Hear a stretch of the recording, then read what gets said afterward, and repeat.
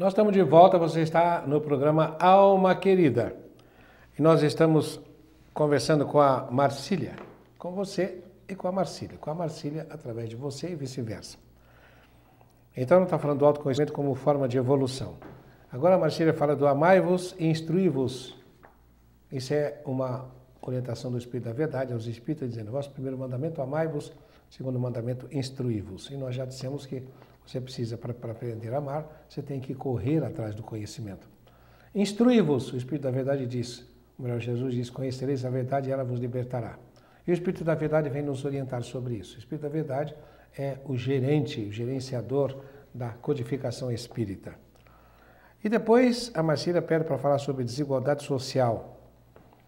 Que desigualdade, Marcília? Existe desigualdade social porque nós temos ricos e pobres, mas hoje nós já falamos aqui nesse programa sobre o quê? Sobre a emancipação da alma. Nós não somos daqui.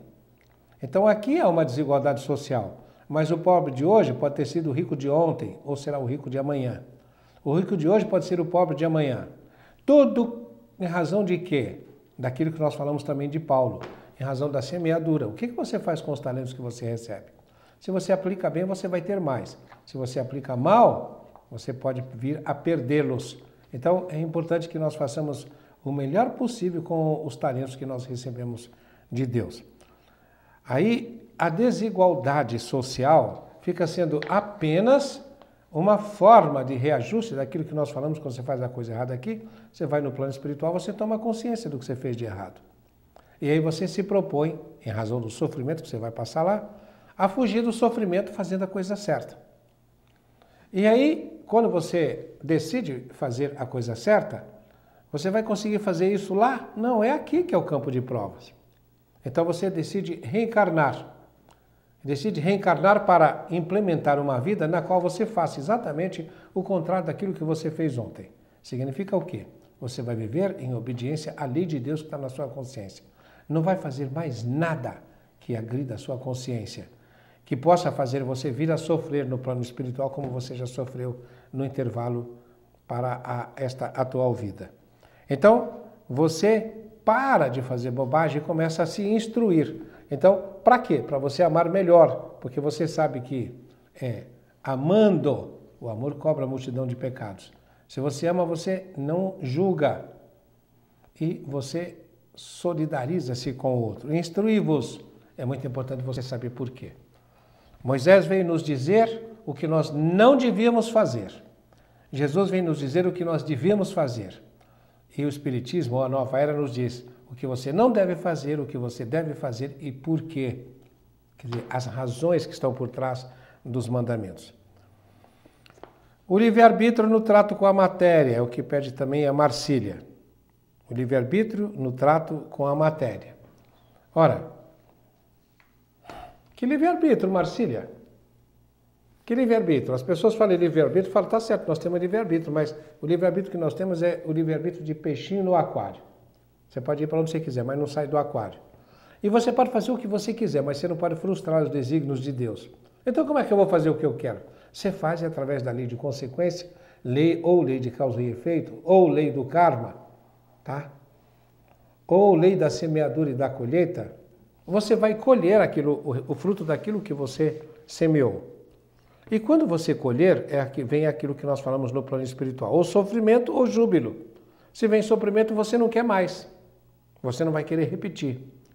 Se vem júbilo, você vai querer repetir. Então o bem é como se estivesse incentivando.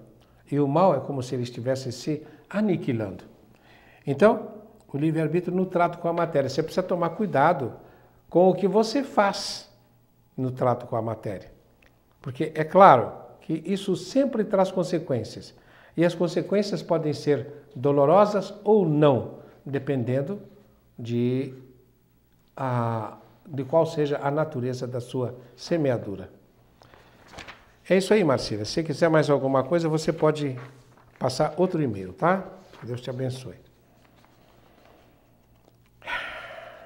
Aqui eu tenho o e-mail, é da Cristiane Silva Diogo. A Cristiane diz, ou seja, diz assim, Em primeiro lugar, olá, alma querida. Em primeiro lugar, quero dizer que assisto o seu programa pela internet. Antes só o ouvia pela rádio, mas depois que o vi na TV, fiquei apaixonada, no bom sentido. Ainda bem, não é, minha amiga? Sua imagem me traz muita tranquilidade. Bom, o grande desafio da minha vida no momento é a insatisfação do meu marido. Namorei o meu marido atual quando eu tinha 15 anos.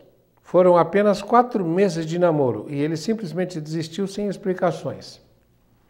Fiquei muito triste, mas segui a minha vida. Comecei a namorar outro rapaz no ano seguinte e esse namoro durou 8 anos. Durante esses 8 anos, houveram muitos acontecimentos em minha vida.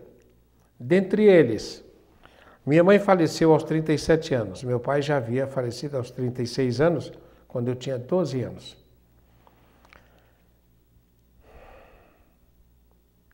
Continuei tendo contato com a família do meu namorado, ou melhor, do meu marido atual,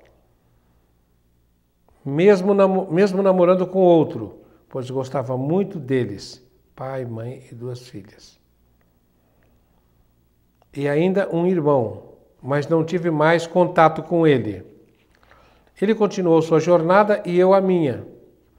Por ironia do destino, nos formamos na mesma área. Até agora não sei qual seja. Após 8 anos de namoro com outro rapaz, fui traída. Terminamos o namoro.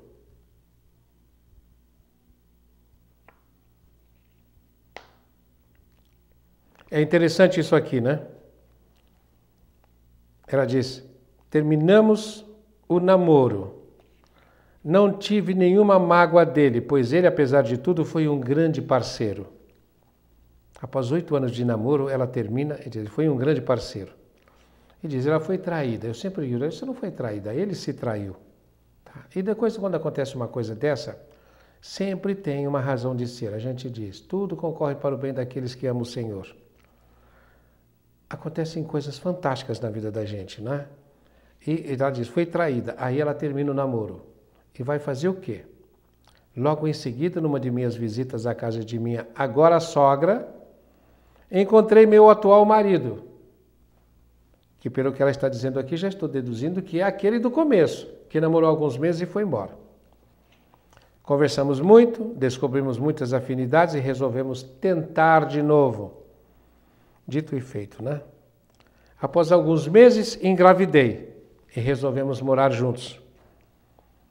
Nós nos entendemos muito bem, nos respeitamos muito e temos uma relação sexual ativa.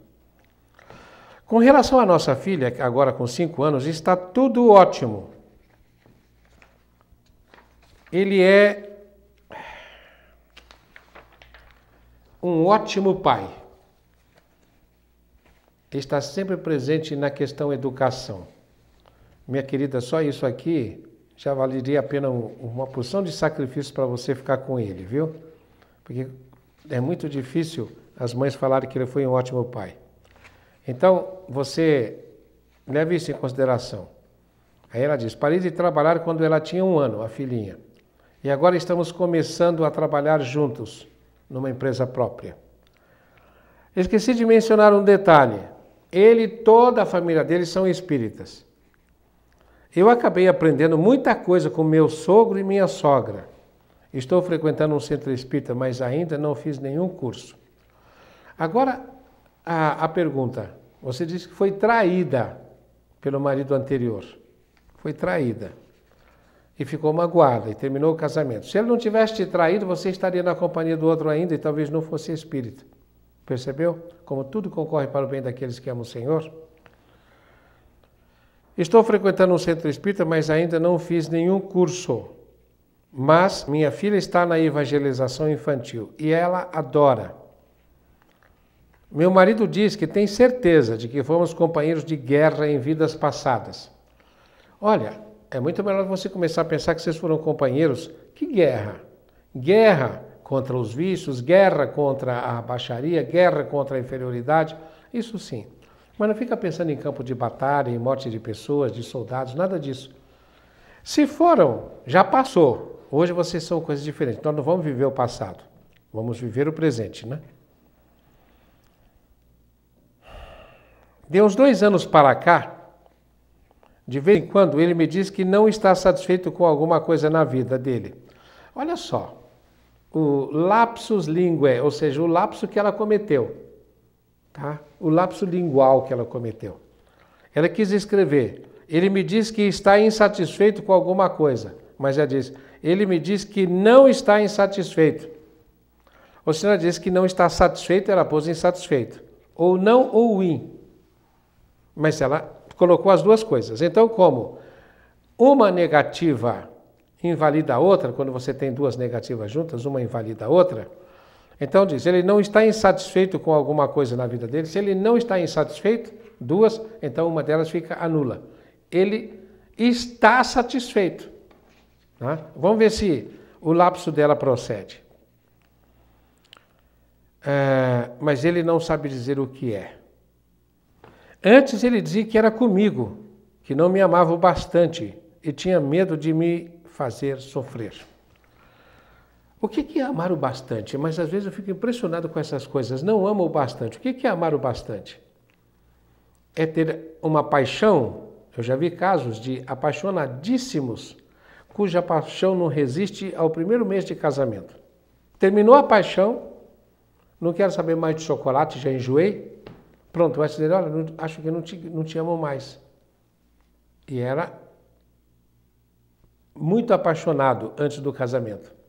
Então, ela diz, de uns anos para cá, de vez em quando, ele me diz que não está insatisfeito. Ela quer dizer, ele diz que não está satisfeito, dizendo que ele está insatisfeito com alguma coisa na vida dele. Mas ele não sabe dizer o que é. Ele não sabe dizer o que é. É interessante, né? Antes ele dizia que era comigo, que não me amava o bastante, tinha medo de me fazer sofrer. Então, ele não amava você o bastante, significa que ele não era capaz de amar o bastante para amar em obediência a. É quando o nosso amor fica preso, adstrito ao nosso sentimento, à nossa emoção, principalmente à nossa paixão, porque nós dizemos estar apaixonado por. Quando fica preso a isso, normalmente acontece que depois a pessoa briga e aí diz que não ama mais, no meio de uma briga. Ou se não, mesmo numa conversa franca, diz, eu não sei o que está acontecendo, mas eu não te amo mais. Quando significa o seguinte, olha, já estou satisfeito fisicamente, estou satisfeito sexualmente, mas eu não preciso das outras coisas. Ou seja, então eu não preciso de sexo, aí eu não te amo mais. Olha, eu não tenho mais saudades de você, eu não te amo mais. Eu não preciso mais de você para tomar as minhas decisões, eu não te amo mais. Quando isso não é verdade, que o amor tem muitas faces. E quando termina esse amor que é físico, que é etérico, que é astral e que é mental, sobram os amores do plano superior. Tá? E esses amores do plano superior são muito fortes. Ele não sabe dizer o que é. Antes dizia que era comigo, que não me amava o bastante e tinha medo de me fazer sofrer. Eu chorei bastante, pois não conseguia entender como uma pessoa dizia uma coisa e agia totalmente o contrário. Se ele dizia o contrário é porque ele tinha gestos de carinho para com ela. Até que chegou num ponto em que eu disse que eu não poderia mudar para agradá-lo e que ele deveria descobrir o que estava errado nele. E eu atualmente percebi que toda vez que ele está deprimido, com vários problemas ao mesmo tempo, ele volta com a mesma questão, ou seja, não te amo mais. Então, são pessoas que ficam esperando que as soluções venham de uma paixão, inclusive um relacionamento conjugal duradouro e perfeito, que venha da paixão. Isso nunca vale, nunca acontece. É muito importante nós sabermos o que é essa história de paixão, né? Eu não te amo mais. Eu chorei bastante, pois não conseguia entender como uma pessoa dizia uma coisa e agia totalmente ao contrário. Até que chegou num ponto em que eu disse que eu não poderia mudar para agradá-lo e que ele deveria descobrir o que estava errado nele. E eu atualmente percebi que toda vez que ele está deprimido, com vários problemas ao mesmo tempo, ele volta com a mesma questão, não te amo mais. Então a pessoa acha que Ah, estou com problemas, estou deprimido porque eu não tenho uma paixão como eu tinha quando eu estava namorando a minha mulher. Aí fica de paixão em paixão e nunca avança, não aprende a amar em profundidade. Agora ele diz que gosta muito de mim, que reconhece meu valor, mas se sente culpado por não conseguir demonstrar amor, seja com gestos ou palavras. Eu sempre respondo que prefiro um grande companheiro me respeitando, vivendo comigo em paz, harmonia e me valorizando, ao invés de uma grande paixão, cheia de gestos e palavras, mas sem tudo que mencionei. Eu vou voltar a falar sobre isso depois do intervalo que nós vamos fazer agora. Fica aí que daqui a pouco nós estaremos de volta.